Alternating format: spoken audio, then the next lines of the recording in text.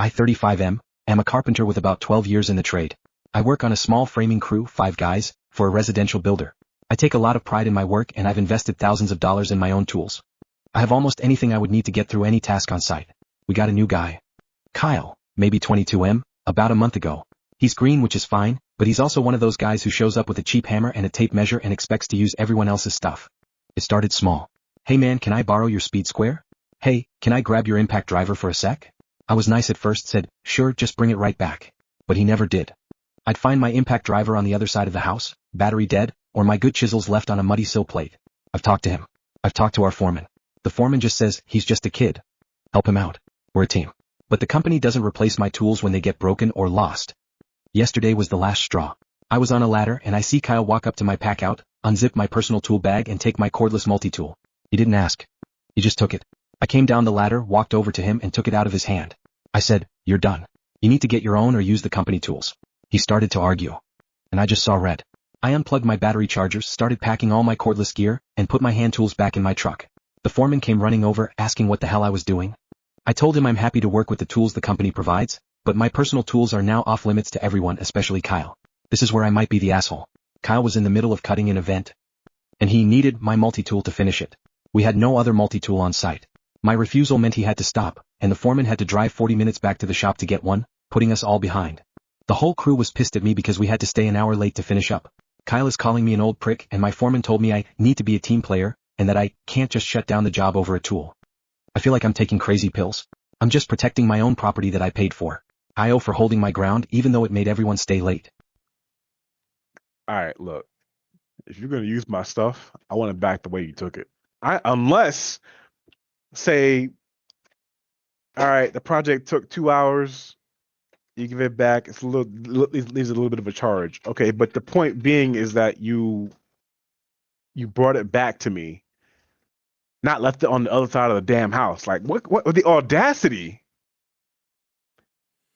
So let me check real quick before I open my mouth and say anything, because I don't know if he actually left it on the other side of the house. I don't remember that part. You might be right about that one. Control F house. But before I open my mouth, right, I just want to know, how come nobody else had any tools? I just want to know that part. You said a team. There's 5 guys on the crew, plus your supervisor, right? I just want to know why nobody else had the tool. And you've been because 12 years. Because they're using company tools, apparently, allegedly. Okay, so if the company didn't bring the tools, right, the job don't get done?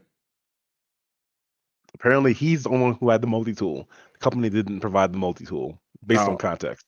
All right. Just want to make sure, right? Because I know, like, when it comes down to machining and stuff like that, there's always other ways to get the job done, right?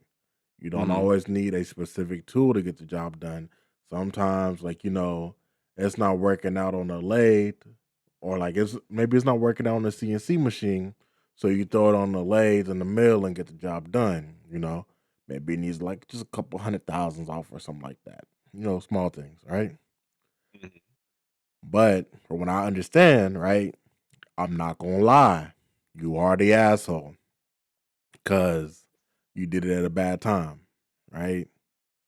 I'd let the dude. I'm like, look, you didn't ask me for it. You can use it now. This is gonna be the last time, though.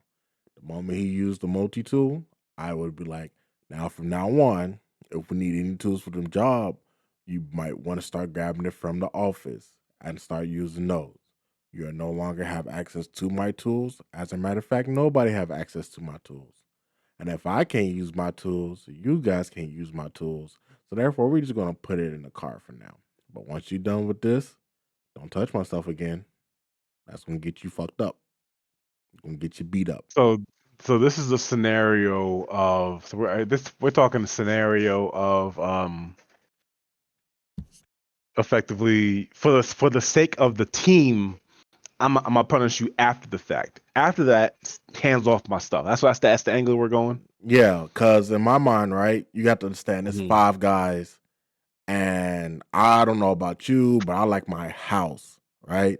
And if I have to wait an extra hour because somebody won't let somebody borrow a tool, yeah, I'm gonna be mad at that guy. Everybody's probably mad at him. Like, don't get it twisted. It's your tools, right? And so, whenever you want people not to use it, they, don't use it. But at the same time, I don't think it's fair to punish everybody for the action of one. Because I hated it happen. I hate when that happens, but I understand why it happens. But Yeah.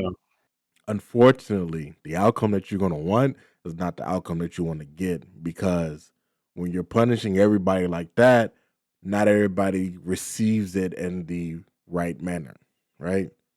So what I would Yeah. have done to get back at them, I would wait for my foreman to leave to drive the 40 minutes to the stop, right? As he was driving the 40 minutes to go get the tool, I would tell him to use it. So that way, by the time my foreman got back and did that drive for no reason, right?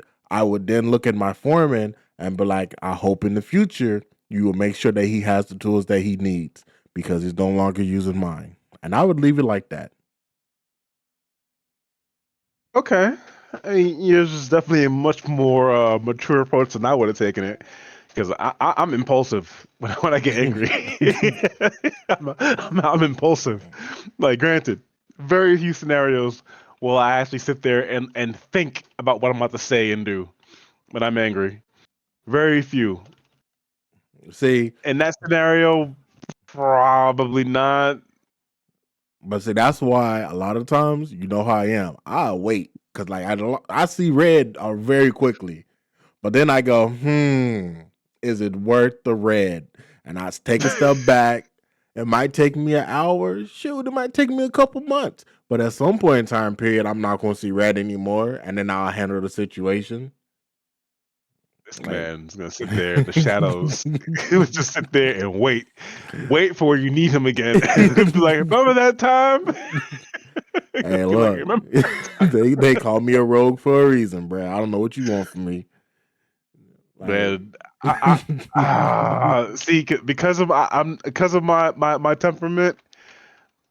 All right, I gotta put that aside. Is he the asshole? Is he yes, overreacting? Is he yes, overreacting? Is he overreacting? yes. I'm gonna tell you why he's overreacting, right? The reason Okay. why he's overreacting is because at the end of the day, yes, what he did was rude and disrespectful. And yes, whenever somebody do something like that to you, you're supposed to punish him.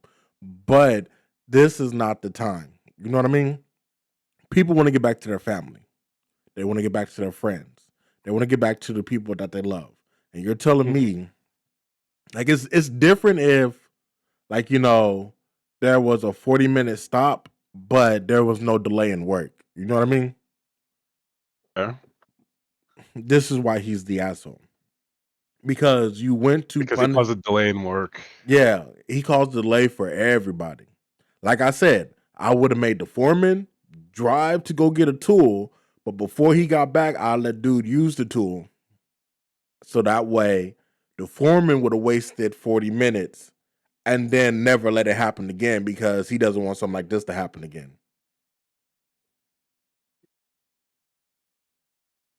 All right. I'm gonna go with I'm gonna go with your angle on this one. But for me personally, fuck them. That's just my opinion.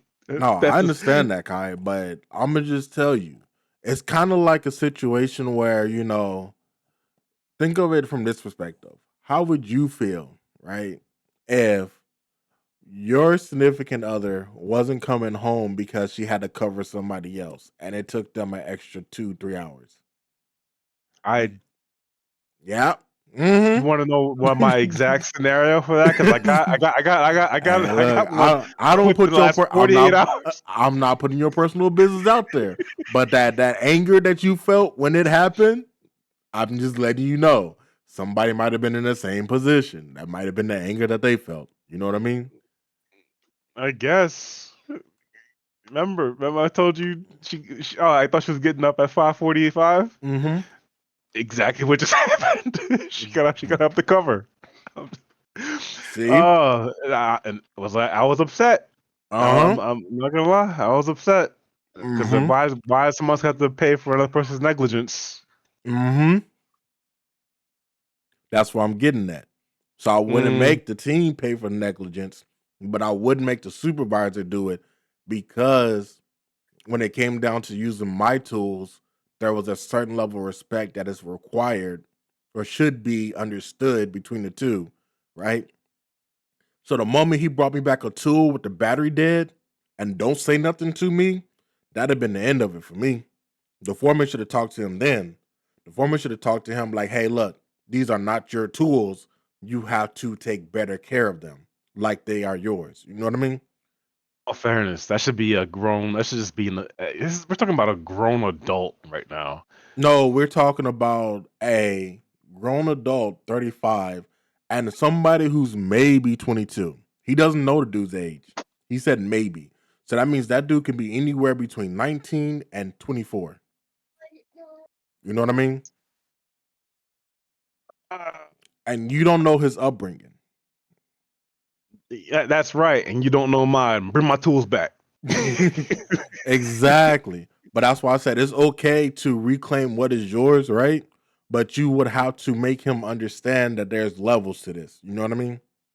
Yeah. Like if you come to me and ask to borrow like a wrench, like this from a factory standpoint, like when I used to work in a factory, like the 10 millimeter was like the golden child.